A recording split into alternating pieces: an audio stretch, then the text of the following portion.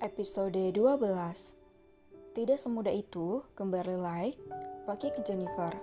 Lama-lama suaranya akan habis karena menghadapi wanita keras kepala dan arogan di depannya ini. Kim hanya mengedikkan bahunya acuh dan menaikkan kakinya ke atas meja. Kau sangat mengerikan, Kim, seru Jennifer saat mereka lama terdiam. Why? Balas Kim. Charlotte, sambung Jennifer menatap wanita di depannya dengan sangat intens. 99% wajahnya rusak karena ulahmu dan rambutnya harus dipangkas habis juga karenamu. Dia melakukan beberapa operasi di bagian kepalanya yang terluka parah dan melakukan operasi wajah. Cak, kau memang sangat mengerikan, ungkap Jennifer memberitahukan kondisi Lord kepada Kim. Tapi aku belum puas, aku belum menghabisinya, baru wajahnya dan belum tubuh lainnya, ujar Kim enteng dengan seringnya mengerikan. Jangan melakukan hal bodoh, Kimberly like. Jennifer memberikan peringatan kepada sahabatnya itu. Kau seperti psikopat dan kau lebih cocok jadi Queen Mafia daripada jadi CEO dan supermodel, cibir Jennifer. Wow, saranmu bagus, seru Kim dengan wajah berbinar. Apa? Tanya Jennifer dengan dahi mengerut. Psikopat dan Queen Mafia, jawab Kim dan tersenyum miring. Jangan gila Kimberly, pekik Jennifer lagi. Aku tahu kau seorang wanita tangguh dan memegang sabuk hitam di beberapa klub bela diri, tapi kau harus menjaga sikap dan emosimu Kimberly, dan lihatlah sekarang dirimu harus berada di sel ini. Jennifer berbicara dengan memijat pelipisnya yang tiba-tiba pening. Aku suka tempat ini, jawab Kim santai. Membuat Jennifer terduduk lemas di kursi. Seharusnya aku tidak tertipu denganmu kemarin malam, dan kau pasti tidak akan berada di sini, ujar Jennifer dan masih memijat pelipisnya. Cak, kalau kau menahanku, aku yakin para pengkhianat itu masih bermain cantik di belakangku, dan aku akan terlihat seperti wanita bodoh dan idiot. Wanita itu bahkan akan merasa terbang tinggi saat semua kelakuan bejat mereka tidak terbongkar. Apa kau lupa kalau aku sangat membenci seorang pengkhianat? Bersyukurlah karena aku tidak membunuhnya, dan dia masih menghirup udara gratis dengan bebas. Meskipun aku harus rugi dan ditahan di sel ini, ucap Kim dengan wajah datar dan tersenyum sinis. Kau tidak ingin keluar dari sini? Tanya Jennifer dan bangkit meraih tasnya yang terletak di meja. Tidak, aku suka di sini. Aku akan terbebas dari para paparazi hanya di sini. Dan di sini aku merasa nyaman dan tidak bertemu dengan orang-orang munafik yang sok merasa prihatin dan iba. Padahal mereka bahagia dan merayakan keadaanku, ujar Kim lagi dengan senyum mencibir. Kim sangat yakin para saingannya sedang berpesta sekarang dan merayakan atas penangkapannya tadi malam. Terserah kau saja, Kim. Hubungi aku kalau kau bosan di sini. Aku pasti akan membebaskanmu. Oh ya, tanda tangan ini. Jennifer memberikan Kim beberapa berkas yang dibawanya. Cak, aku ingin bersantai, Jenny. Decak Kim malas. Ayolah, Kim, perusahaan sedang membutuhkan tanda tanganmu, Beb. Perintah Jenny dan memberikan sebuah pena mewah kepada Kim. Cak. Kim hanya berdecak dan menandatangani berkas yang dia bawa oleh Jenny. Kimberly bukan hanya seorang model papan atas, tapi dia juga seorang CEO di salah satu perusahaan agensi terkenal di negara Paris. Kim menyembunyikan status aslinya pada semua orang dan juga kepada suaminya sendiri. Kim terlahir dari keluarga konglomerat terkenal dan terpandang. Sejak kecil Kim sudah menyembunyikan status aslinya kepada semua orang. Itu semua dilakukan demi kenyamanannya dan keselamatannya sendiri. Sekarang selain model, Kim juga memimpin perusahaan yang sangat berpengaruh di negara Paris. Kim berhasil menyembunyikan status aslinya sampai sekarang. Dia akan ke perusahaan saat dibutuhkan, dan ia juga harus berubah penampilannya dengan menjadi seorang wanita tua. Batalkan semua kontrak kerjaku dan bayar saja ganti rugi yang mereka minta. Aku sudah lelah menjadi seorang model, sekarang waktunya aku serius pada perusahaan Daddy, ujar Kim kepada Jennifer yang menganga melihatnya. Kau serius, Kim? Seru Jenny dengan wajah bahagia. Gumam Kim. Satu lagi, batalkan semua kontrak kerjasama dan pecat semua model yang sedang bersenang-senang di atas penangkapanku semalam. Perintah Kim dan kali ini membuat Jenny melongo tidak percaya. Aku? Serius? Aku tidak ingin merusak perusahaanku dengan mengoleksi para model berwajah plastik. Aku ingin mencari model dengan wajah alami. dan kau buat kontes pencarian bakat untuk beberapa model yang memiliki wajah alami. Perintah Kim lagi, kali ini membuat Jenny lemas seketika. Cak, Kim hanya berdecak melihat wajah frustasi Jenny.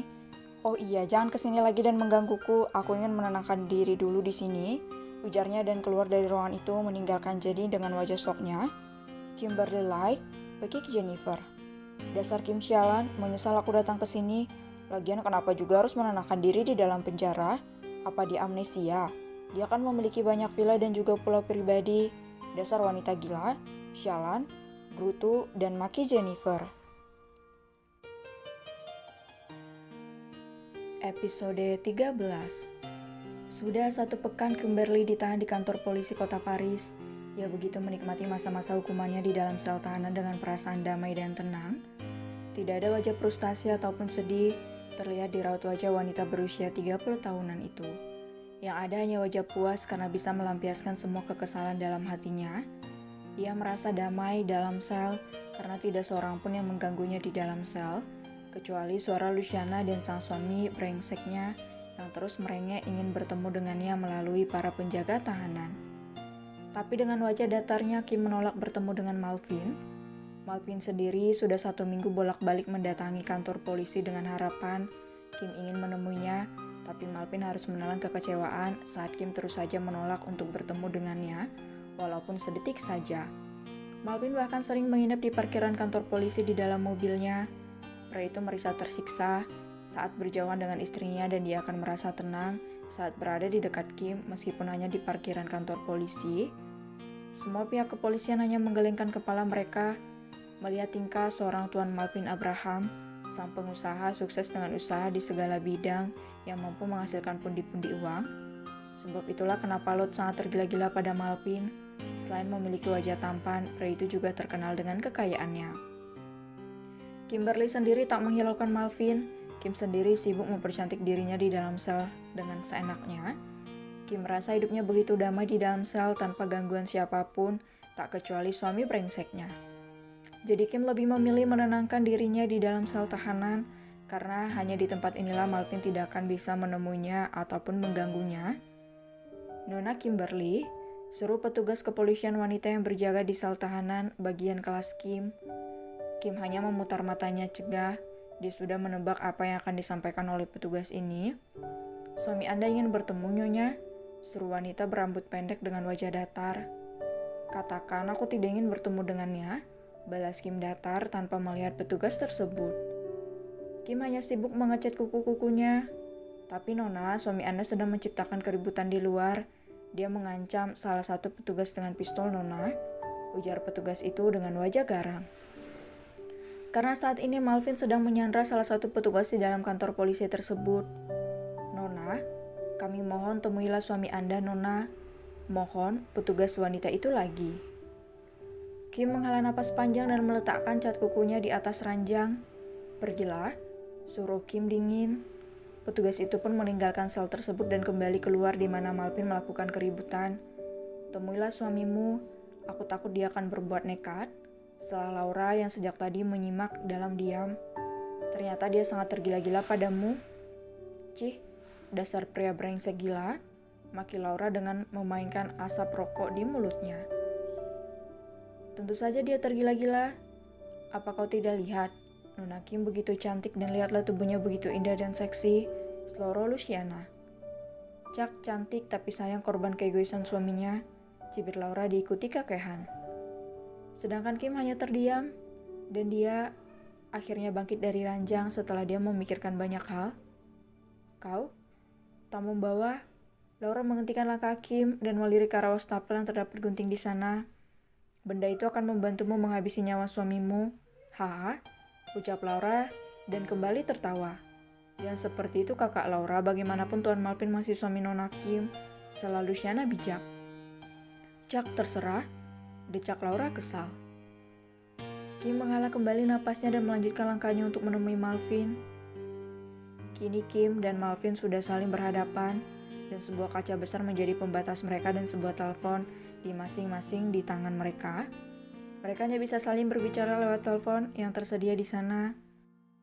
Malvin terus saja memandangi wajah cantik Kim dan dia begitu terenyah Saat melihat rambut panjang kesayangannya sudah hilang, Malvin hanya bisa menahan rasa sesaknya. Saat tak sedikit pun Kim menatapnya, Malvin menyentuh kaca di depannya seakan-akan dia menyentuh wajah Kim dan mengecup kaca itu. Kim hanya menampilkan wajah datar dan membuang wajahnya ke samping. Dia sangat membenci wajah di depannya ini. Meskipun ada sedikit rasa rindu di dalam hatinya, tapi sebisa mungkin Kim menghilangkan rasa itu. Rasa sesak itu pun kembali hadir saat mendengar suara lembut Malvin memanggilnya.